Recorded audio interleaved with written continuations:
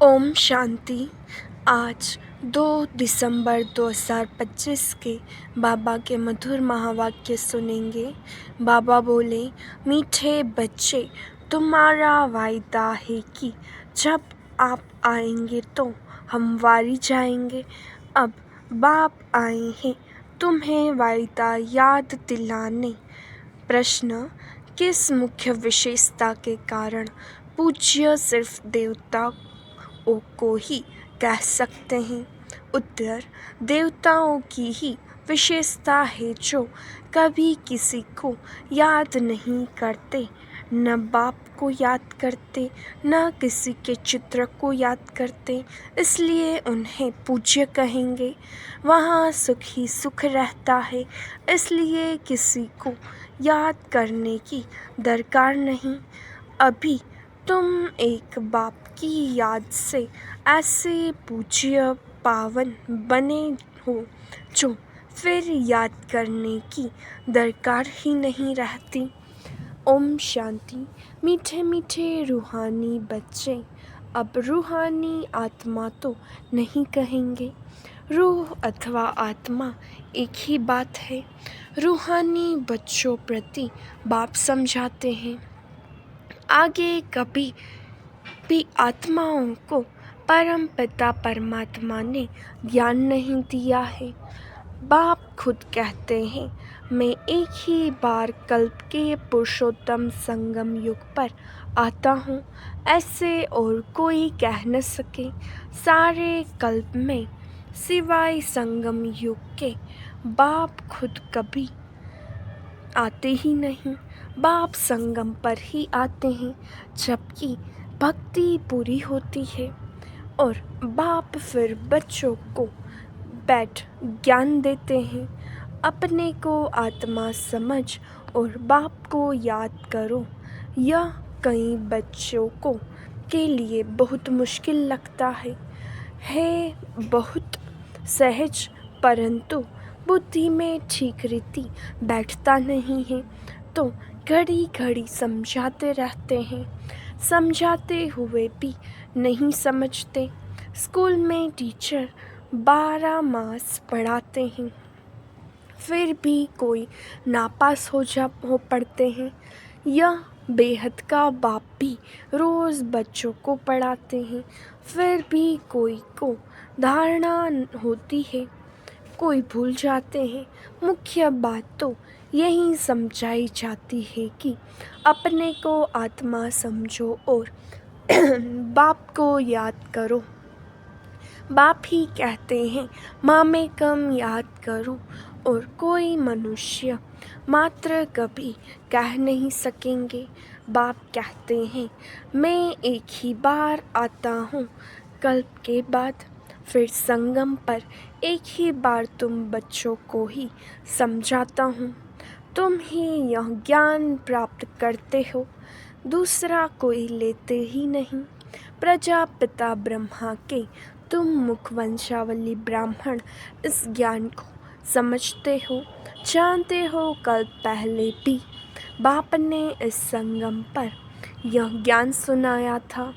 तुम ब्राह्मणों का ही पाठ है, इन वर्णों में भी फिरना तो जरूर है, और धर्म वाले इन वर्णों में आते ही नहीं। भारतवासी ही इन वर्णों में आते हैं, ब्राह्मण भी भारतवासी ही बनते हैं। इसलिए बाप को भारत में आना पड़ता है। तुम हो प्रजापिता ब्रह्मा के मुखवंशावली ब्राह्मण। ब्राह्मणों के बाद फिर है देवताएं और क्षत्रिय। क्षत्रिय कोई बनते नहीं हैं, तुमको तो ब्राह्मण बनाते हैं, फिर तुम देवता बनते हो। वही फिर धीरे धीरे कला कम होती है तो उनको क्षत्रिय कहते हैं। क्षत्रिय ऑटोमेटिकली बनना है। बाप तो आकर ब्राह्मण बनाते हैं, फिर ब्राह्मण से देवता, फिर वहीं क्षत्रिय बनते हैं। तीनों धर्म एक ही बाप अभी स्थापन करते हैं। ऐसे नहीं कि सतयुग त्रेता में फिर आते हैं। मनुष्य न समझने के कारण कह देते सतयुग त्रेता में भी आते हैं। बाप कहते हैं मैं युगे युगे आता नहीं हूँ, मैं आता ही हूँ एक बार कल्प के संगम पर। तुमको मैं ही ब्राह्मण बनाता हूँ प्रजापिता ब्रह्मा द्वारा। मैं तो परम धाम से आता हूँ। अच्छा, ब्राह्मण कहाँ से आता है? ब्रह्मा तो 84 जन्म लेते हैं, मैं नहीं लेता हूँ। ब्रह्मा सरस्वती जो ही विष्णु के 2 रूप लक्ष्मी नारायण बनते हैं, वहीं 84 जन्म लेते हैं। फिर उनके बहुत जन्मों के अंत में प्रवेश कर इनको ब्रह्मा बनाता हूँ। इनका नाम ब्रह्मा मैं रखता हूँ। यह कोई इनका नाम अपना नहीं है। बच्चे का जन्म होता है तो छठी करते हैं, जन्मदिन मनाते हैं। इनकी जन्मपत्री का नाम तो लेखराज था। वह तो छोटेपन का था। अभी नाम बदला है, जबकि इनमें बाप ने प्रवेश किया है संगम पर। सो भी नाम बदलते तब है जबकि यह वानप्रस्थ अवस्था में है। वह सन्यासी तो घर बार छोड़ चले जाते हैं, तब नाम बदलता है। यह तो घर में ही रहते हैं। इनका नाम ब्रह्मा रखा क्योंकि ब्राह्मण चाहिए ना। तुमको अपना बनाकर पवित्र ब्राह्मण बनाते हैं। पवित्र बनाया जाता है, ऐसे नहीं कि तुम जन्म से ही पवित्र हो। तुमको पवित्र बनने की शिक्षा मिलती है। कैसे पवित्र बने, वह है मुख्य बात। तुम जानते हो कि भक्ति मार्ग में पूज्य एक भी हो नहीं सकता। मनुष्य गुरुओं आदि को माथा टेकते हैं क्योंकि घर बार छोड़ पवित्र बनते हैं। बाकी उनको पूज्य नहीं कहेंगे। पूज्य वह जो किसको भी याद न करें। सन्यासी लोग ब्रह्म तत्व को याद करते हैं ना, प्रार्थना करते हैं। सतयुग में कोई को भी याद नहीं करते। अब बाप कहते हैं तुमको याद करना है एक को, वह तो है भक्ति। तुम्हारी आत्मा भी गुप्त है। आत्मा को यथार्थ रीति कोई जानते नहीं। सतयुग त्रेता में भी शरीरधारी अपने नाम से पाठ बजाते हैं। नाम बिगड़ तो पाठधारी हो न सके। कहाँ भी हो शरीर पर नाम जरूर पड़ता है। नाम बिगड़ पाठ कैसे बजाएंगे? तो बाप ने समझाया है, भक्ति मार्ग में गाते हैं। आप आएंगे तो हम आपको ही अपना बनाएंगे, दूसरा न कोई, हम आपका ही बनेंगे। यह आत्मा कहती है।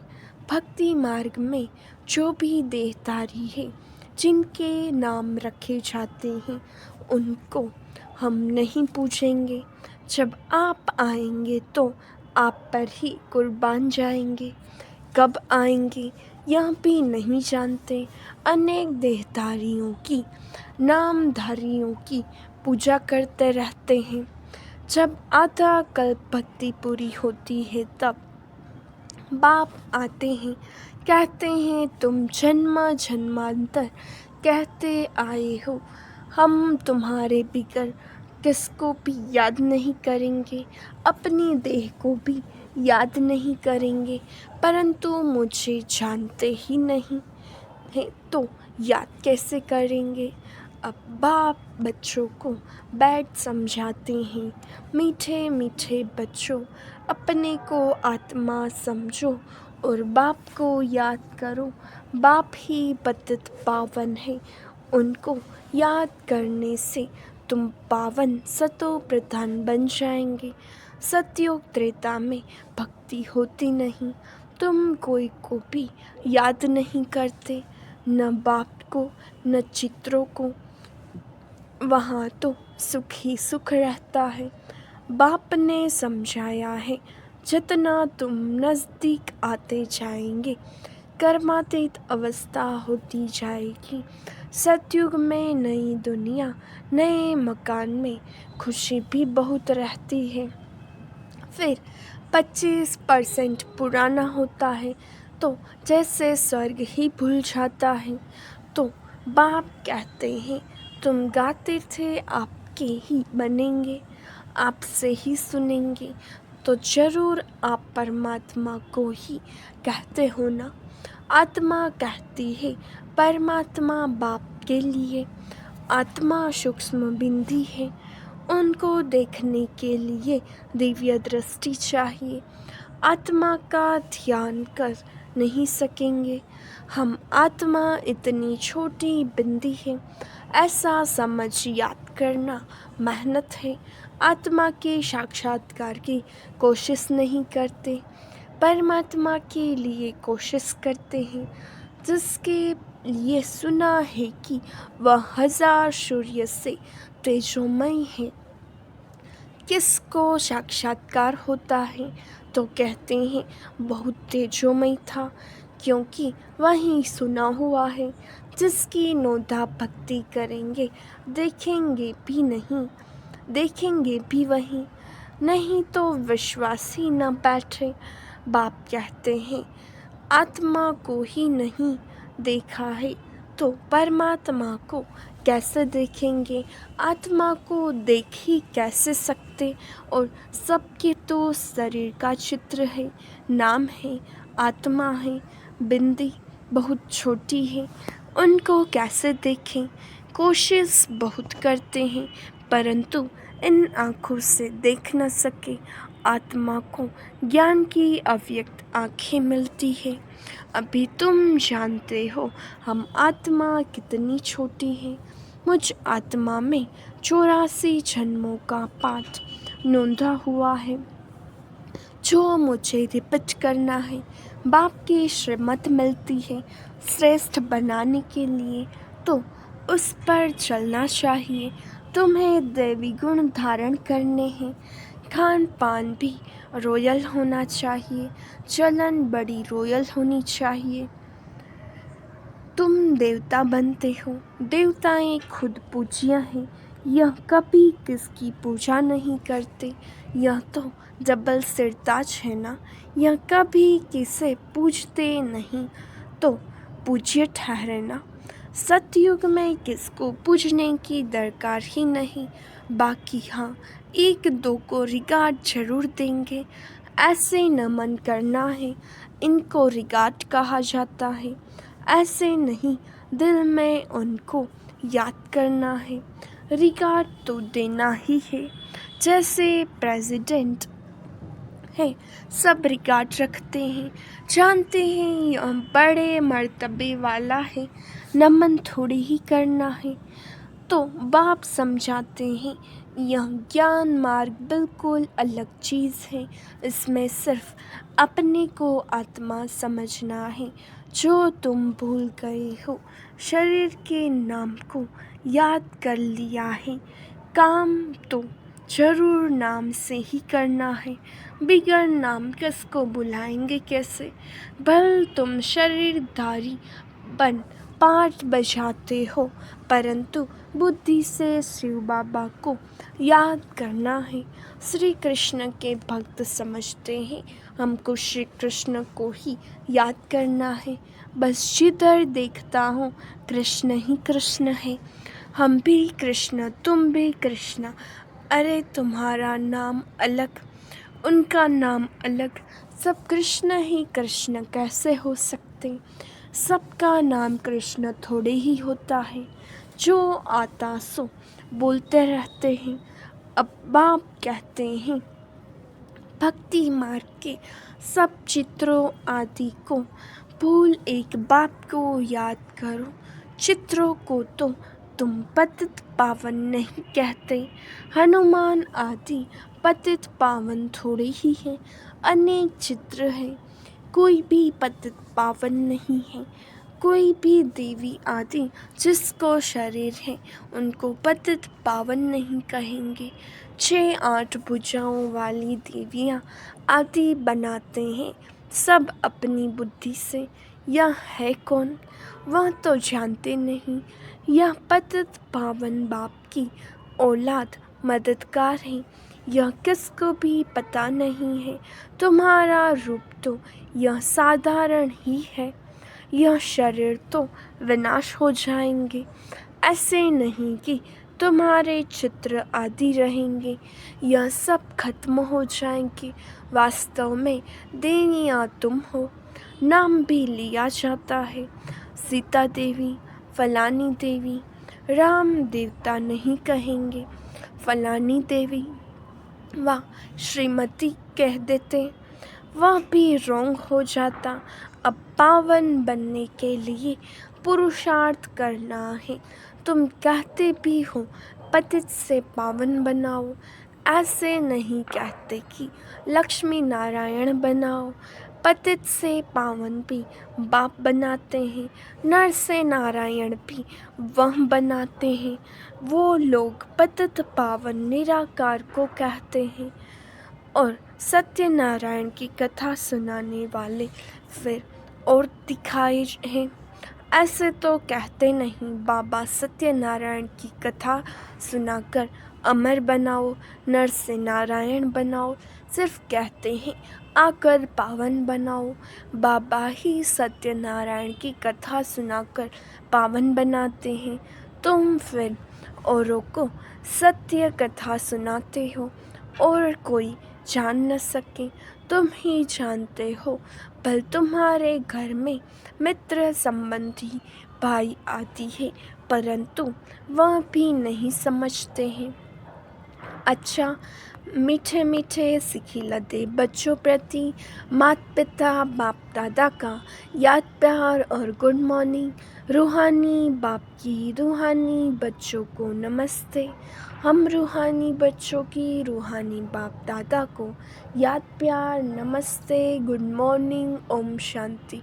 शुक्रिया बाबा शुक्रिया। धारणा के लिए मुख्य सार पहली पॉइंट स्वयं को श्रेष्ठ बनाने के लिए बाप की जो श्रीमत मिलती है उस पर चलना है। दैवी गुण धारण करने हैं। खान पान चलन सब रॉयल रखना है। दूसरी पॉइंट एक दो को याद नहीं करना है लेकिन रिगार्ड जरूर देना है। पावन बनने का पुरुषार्थ करना और कराना है। वरदान नीरस वातावरण में खुशी की झलक का अनुभव कराने वाले। एवर हैप्पी भव। एवर हैप्पी अर्थात सदा खुश रहने का वरदान जिन बच्चों को प्राप्त है वह दुख की लहर उत्पन्न करने वाले वातावरण में नीरस वातावरण में अप्राप्ति का अनुभव कराने वाले वातावरण में सदा खुश रहेंगे और अपनी खुशी की झलक से दुख और उदासी के वातावरण को ऐसे परिवर्तन करेंगे जैसे सूर्य अंधकार को परिवर्तन कर देता है। अंधकार के बीच रोशनी करना, अशांति के अंदर शांति लाना, नीरस वातावरण में खुशी की झलक लाना, इसको कहा जाता है एवर हैप्पी। वर्तमान समय इसी सेवा की आवश्यकता है। स्लोगन अशरीरी वह है जिसे शरीर की कोई भी आकर्षण अपनी तरफ आकर्षित न करे। अव्यक्त इशारे अब संपन्न व कर्मातीत बनने की धुन लगाओ। कर्मातीत का अर्थ यह नहीं कि कर्म से अतीत हो जाओ। कर्म से न्यारे नहीं, कर्म के बंधन में फंसने से न्यारे। इसको कहते हैं कर्मातीत। कर्म योग की स्थिति कर्मातीत स्थिति का अनुभव कराती है। यह कर्मयोगी स्थिति अति प्यारी और न्यारी स्थिति है। इससे कोई कितना भी बड़ा कार्य मेहनत का हो लेकिन ऐसे लगेगा जैसे काम नहीं कर रहे हैं लेकिन खेल कर रहे हैं। अच्छा ओम शांति।